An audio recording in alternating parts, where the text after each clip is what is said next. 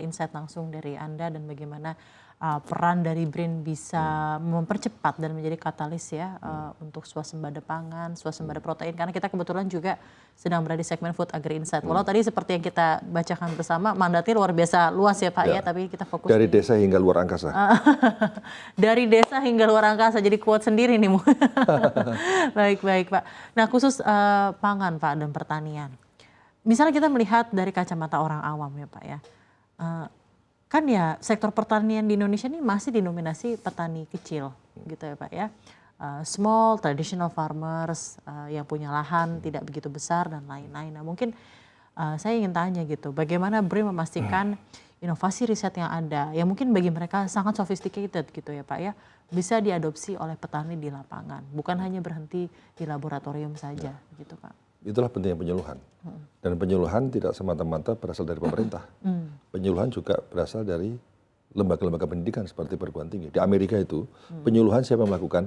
Dosen-dosen. Jadi kalau Anda pergi ke Amerika, ke Land Grant University, hampir semua penyuluh-penyuluh adalah dosen. Dan juga orang-orang di kampus. Nah itulah yang sekarang kita dorong bahwa teknologi-teknologi yang gini Mbak, pada level riset rumitnya minta ampun. Iya. Pada level implementasi mudahnya minta ampun. Iya. Jadi bagaimana kita membuat hasil penelitian itu semudah mungkin digunakan oleh user. Meskipun proses risetnya bisa rumit. Seperti Mbak, kita menggunakan handphone untuk bisa mendeteksi penyakit tanaman. Itu kan proses risetnya kan luar biasa. Iya. Rumit sekali menggunakan AI, menggunakan algoritma dan big data yang cukup besar. Tapi ketika petani menggunakan, gampang aja buka kamera, oh penyakitnya ini. Nah itulah kira-kira. Jadi sekarang itu orientasi riset yang begitu rumit menjadi pemanfaatannya begitu mudah. Itu harus yang inovasi-inovasi seperti itulah yang harus kita dorong. Nah sehingga tidak perlu effort bagi pendampingan terlalu maksimal. Ya. Nah oleh karena itu tentu ada jenis teknologi yang memang harus perlu pendampingan secara khusus seperti tadi. Untuk teknik budidaya dengan varietas baru maka perlu ada penyuluh, perlu ada pendamping, ada mahasiswa, ada dosen. Karena petani-petani kecil itu mereka hebat-hebat. Iya, resiliensi. Hebat-hebat. Sekarang ini, yang mensuplai kebutuhan sebagian supermarket di Jakarta, siapa? Petani kecil yang bermitra dengan IPB. Karena IPB misalnya menyediakan benih, kemudian kita dampingi teknologinya, mereka jual ke IPB, kita pasarkan. Bisa. Nah saya kira, karena BRIN sekarang orkestrator. Ya, berarti kita akan mengonsolidasi IPB, Kementan, kemudian kementerian-kementerian lain dari aspek inovasinya ya akan kita konsolidasi sehingga kampus-kampus di Indonesia manapun itu akan bisa menjadi sumber solusi atas masalah-masalah yang ada di daerahnya. Baik. Jadi dengan riset kita terdesentralisasi di berbagai wilayah, maka seluruh isu wilayah tertangkap dan terselesaikan. Sekarang mengenai isu ketergantungan pangan impor, Pak. Kita tahu ya ada beberapa impor komoditi seperti gandum, ya, ada kedelai, ada gula juga ya Pak kalau tidak salah. Itu cukup menjadi isu yang sering kita bahas juga di Food Agri Insight di segmen ini. Nah mungkin adakah riset prioritas BRIN untuk mengurangi ketergantungan pangan impor dan semakin dikdaya untuk varietas-varietas pangan lainnya? Ya, saya kira yang impor terbesar kali gandum. Gandum ya Pak ya? Kita ini kan gandum itu dalam kurun waktu 10 tahun, dulu impor hanya sekitar 4 ton per hektar, sekarang sudah di atas 12 ton per hektar dalam waktu kurang lebih 10 tahun. Luar biasa meningkat. Kenapa luar biasa meningkat? Karena pola makan kita, perilaku kita. Kita sekarang dari nasi menjadi tepung-tepungan, roti-roti, dari nasi menjadi mie instan, dan sebagainya. Nah, menghasilkan substitusi impor, itu juga agenda yang harus kita lakukan. Berbasis pada bahan baku lokal. Bisa nggak membuatkan tepung seperti itu berasal dari cassava, bagaimana membuat tepung dari sagu, tepung dari ganyong, tepung dari sumber-sumber karbohidrat lain yang ada di lokal yang kita miliki. Bisa nggak? Teknologi sudah selesai. Sekarang tinggal bagaimana kita proses hilirisasinya. Dan kemudian hilirisasi, kedua efisiensi.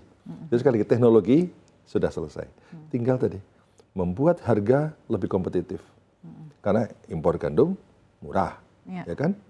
Terigu murah. Sekarang bagaimana kita menghasilkan produk lokal yang harganya minimal sama. Kalau memang efisiensi belum tercipta, pemerintah harus intervensi untuk memberikan subsidi kepada produk-produk lokal. Sehingga kebijakan rasio misalnya setiap impor gandum 10 ton, maka 1 ton pengusaha harus menyediakan dari lokal. Nah, kalau ada kebijakan itu, kepastian market untuk menyerap kepastian untuk menyerap produk lokal bisa terjamin, dan itu membuat petani-petani semakin semangat dan desa akan tumbuh. Baik, luar biasa Pak. Saya jadi pengen tanya Pak, apakah dengan misalnya ada begitu banyak mandat, ada begitu banyak jumlah riset yang harus dilakukan, inovasi yang harus dilakukan. Nah, apakah Anda menilai saat ini investasi untuk riset pangan dan agri sudah memadai atau belum, Pak? Apakah tantangan pendanaan yang Anda lihat gitu? Tidak hanya sekarang ya, tapi mungkin dari background, dari historical belakang. Ya, untuk di pendanaan saya kira masih kurang. Ini perlu kita tambah. Saya sudah diskusi dengan Menteri Keuangan, sudah diskusi juga dengan LPDP ya dan diskusi sumber pembiayaan. juga ya, Pak, ya? Iya dong, karena kita perlu mengembangkan dana abadi riset. Karena kekuatan di dana riset, Mbak. Kalau dana riset kita nggak kuat, bagaimana menghasilkan hasil maksimal? Kedua adalah memanage dana yang ada. Jadi jangan sampai dana riset yang besar, salah manajemen, salah kelola juga tidak akan efektif. Inilah sekarang yang sedang kita benahi, kita perkuat adalah bagaimana tingkatkan jumlah dana, tingkatkan kualitas pengelolaan dana, supaya dana itu efektif, agar impactful hasil dari riset. Itu sudah disampaikan ya Pak ya? Sudah, kita sedang ini, makanya saya diskusi dengan LPDP, diskusi dengan internal, saya diskusikan, dana harus ditambah untuk platform riset itu. Dan ketika sudah ditambah manajemen dari dana tersebut. Betul, kan jumlah dana riset kita masih minim Mbak. Secara nasional kita tuh baru kurang dari 0,3% dari PDB. Kecil sekali. Biasanya kalau untuk peer countries ya Pak ya, atau mungkin negara-negara yang risetnya maju itu kira-kira berapa Pak? Ya 1% lah. Syukur-syukur kalau bisa 2%. Ya. Kalau itu bagus sekali. Oke. Ya kan dana kampus-kampus dunia aja udah luar biasa maksimal. Betul ya, grant fund untuk mereka ya Pak ya. Kalau